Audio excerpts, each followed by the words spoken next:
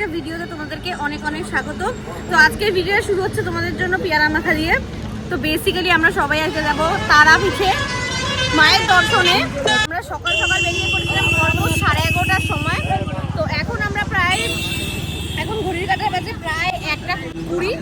তো এখন আমরা একটা জায়গায় টয়লেটের জন্য দাঁড়িয়েছিলাম। তো এখান থেকে নিয়ে নিয়েছি পেয়ারা মাখা। তখন পেয়ারা মাখা খাবো সবাইকে, আমাদের গাড়িতে যারা যারা রয়েছে সবাইকে পেয়ারা মাখা খাওয়াবো। পানিটা তো খুব ভালোভাবেই স্টার্ট হয়েছে, কিন্তু মাঝ রাস্তায় গিয়ে যে এরকম বিপদ হবে আমরা ভাবতে পারি। গাড়িটা চলতে চলতে হঠাৎ করে গাড়ির চাকার অবস্থাটা তোমরা দেখো, পুরো চাকাটা বসে গেছে এখানে। গাড়িটা একটা মেকানিককে আনবে, তো তারপরে গাড়িটা ঠিক করবে, তো তারপর আমরা আবার আমাদের জার্নিটা স্টার্ট। তো এখানে তো গাড়িটা ঠিক করার জন্য দাঁড়িয়েছিলাম, আর এখানে সামনের দিকে দেখে মানে ফুল প্যাকিং হচ্ছে। এইগুলো যতগুলো আছে প্রত্যেক কটার মধ্যে ফুল রাখ। ওই এইখানে ফুলের বস্তা, এইখানে ফুলের বস্তা। আমাকে লাল ফুল দে না, আপেলের মতো। পুজোর আগে ফুল খাওয়াই যায়, কারণ আমি এখন তো পড়াশোনা করি না, ফেল করা চলছে। কি করছি আমরা, কি করছি বলে দাও?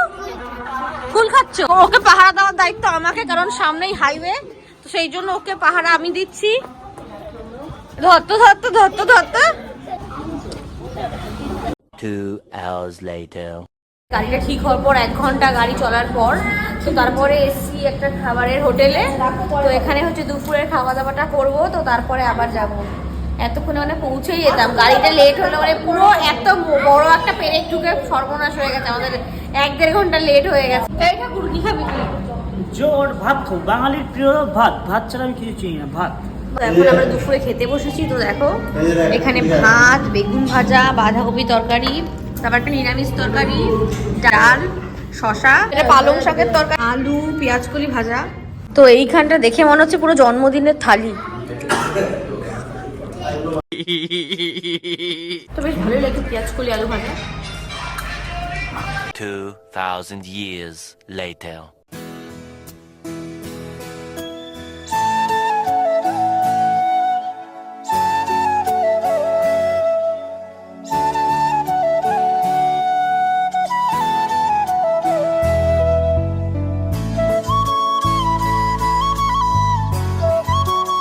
গাড়ির থেকে নেমে পড়েছিলাম, এখন একদম হোটেলের সামনে আছি আমি। হোটেল একদম খুবই কাছে, বিদেশিনী হোটেল। যেই হোটেলে আমরা স্টে করছি সেই হোটেলের দিকেই আমরা যাচ্ছি। এখন যাচ্ছি আমাদের রুমের দিকে, আর দেখাই আমাদের এই একটা রুম দেওয়া হয়েছে, আর ওইদিকে আরেকটা রুম নেওয়া হয়েছে।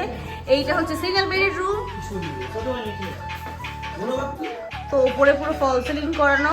আর এই যে আমাদের বেডের রুমে সবাই রিল্যাক্স করা। কি রে, কি ব্যাপার, কিছু এরকম বসে আছিস কেন? আর এইটা আমাদের রুম। কেমন লাগছে বলো? ভালো, খুবই ভালো লাগছে। আর তোমরা অবশ্যই এসো নিউ বিদেশিনী হোটেল। উপরে ফল সিলিং করানো, এসিও রয়েছে, কিন্তু শীতকালে এসির প্রয়োজন নেই, গরমকালে তো অবশ্যই তোমরা ইউজ করতে পারবে। আর এখানে রয়েছে attach toilet. Tata bye bye. আমি এখন আমাদের আরেকটা রুমের দিকে যাচ্ছি। ডবল বেডের, এইখানে একটা বেড আর এইখানে একটা বেড, আর এখানে এবার রিল্যাক্স করা শুরু হয়ে গেছে। কি রে?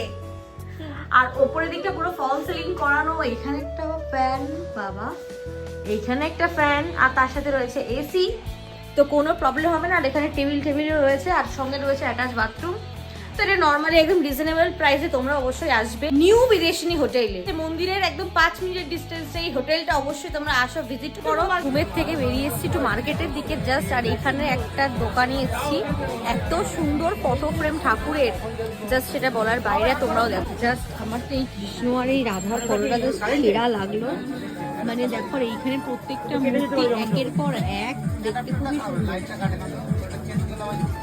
আমার সব থেকে বেস্ট যেটা লেগেছে লাগলো না ফটো ফ্রেম গুলো, খুব সুন্দর। আমার যখন ঘরটা পুরোপুরি কমপ্লিট হয়ে যাবে তখন আমরা মার্কেটিং করতে আসবো এখানে।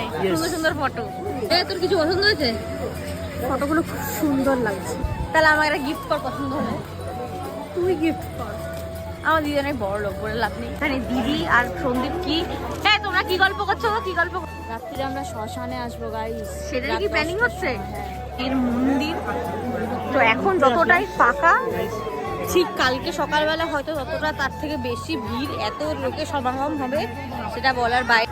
আই লাভ তারাপীঠ, বড় বড় করে আই লাভ তারাপীঠ লেখা। আর এইখানটা তোর এখানে আই লাভের পরে আমার নাম বলতে হবে, বলতো দেখি। ও খুব শখ না মেয়ে দেখলে? হ্যাঁ বলেই ফেলি, তাই না? ফালতু লোক। The next day. সবাই সবাইকে জানাই গুড মর্নিং। তো ঘুম থেকে উঠে একদম রেডি হয়ে যাচ্ছি মায়ের কাছে পুজো। সবাই মিলে একদম সুন্দরভাবে পরিপাটিভাবে রেডি হয়ে এখন যাচ্ছি মায়ের মন্দিরে পুজো দিতে। এখানে সন্দীপ লাল পাঞ্জাবি, অফ হোয়াইট, পুষ্প হোয়াইট, দিদি হোয়াইট রানী, আর ওইদিকে সানি দাদা দিদিরা যাচ্ছে। কি যে নিপার ছেলেকে নিয়ে হাঁটছে। কি রে তোর বর কোথায় রে? মাদার ওর বাচ্চাকে নিয়ে ও নিজেই সংসার করছে। তো এখানে আমাদের লিডার চলে এসেছে এখন। খুবই সুন্দর লাগছে একদম। আর এই যে আমাদের পুচকু, এদিকে তাকাও।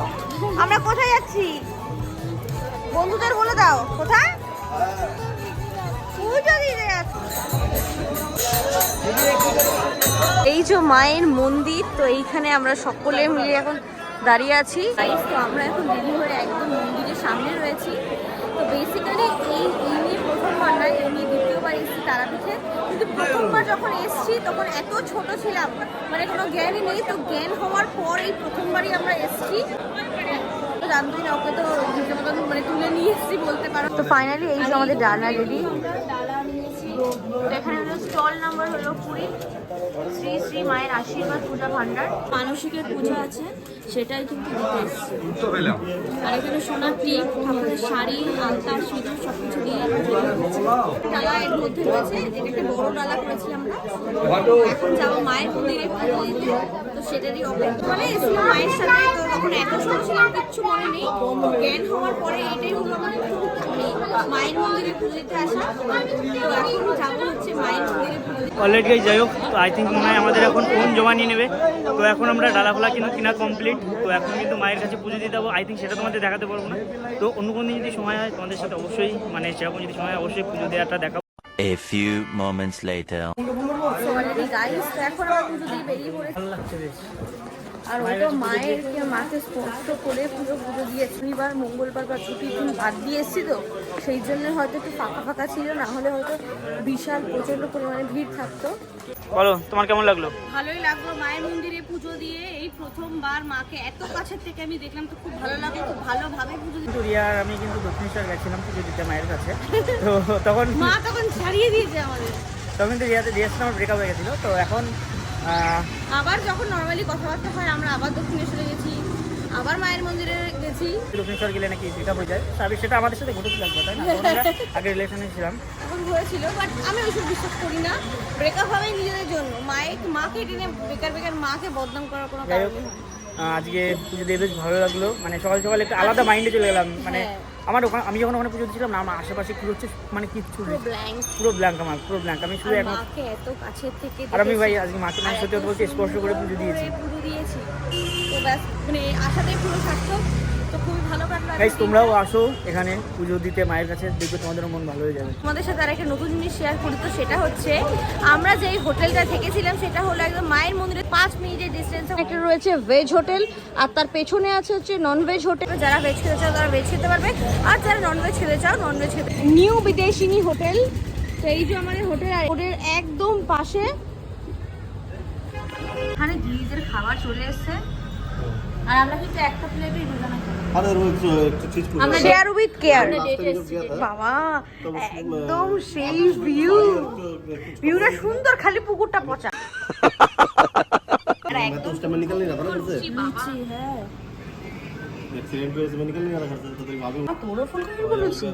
কেমন খেতে সেটা বল। খুব টেস্টি। বন্ধুরা শুকে না, তরকারি স্মেলটা খুব মানে ভালো হয়েছে। যেই বললো আমি টেস্টি, বলছে আমার একটু খাওয়া। পুকু কি করছে? খেলাধুলা করছো? কি পাচ্ছ? এখানে এসছে গরম গরম ফুলকো লুচি, আর এসছে ঘুগনির তরকারি। 2000 years later.